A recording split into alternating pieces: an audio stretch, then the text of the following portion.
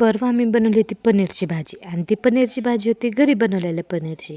तर हे मी पनीर घरीच बनवलं होतं आणि हे काय दूध खराब वगैरे करून पनीर बनवलं नव्हतं, हे कवळ्या दुधाचं पनीर बनवलं होतं. तर ते मी कुकरच्या डब्यांमध्ये आधी ओतलं आणि मग ते कुकरला लावून त्याची 3 शिट्ट्या करून घेतल्या आणि चांगलं बऱ्यापैकी असं पनीर त्याचं तयार झालं होतं.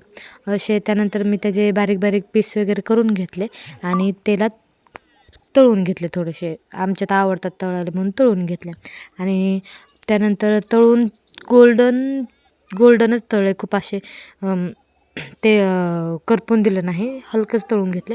त्यानंतर मी कांदा आणि टोमॅटो घेऊन त्याची पेस्ट तयार केली. तर मी कांदे घेतले होते 4 आणि टोमॅटो असे 5 का काय, कांदे 5 आणि टोमॅटो 5 असं घेतले आणि त्याची प्युरी तयार केली.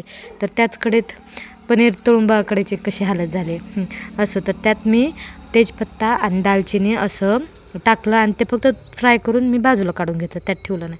मग कांदा परतून घेतला तेल सुटेपर्यंत. त्यानंतर मी टमाट्याची प्युरी टाकून ते तेल निघेपर्यंत परतून घेतले.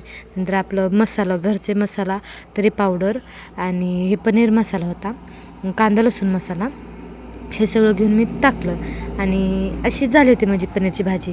तर भेटू नेक्स्ट व्लॉगमध्ये, तोपर्यंत बाय.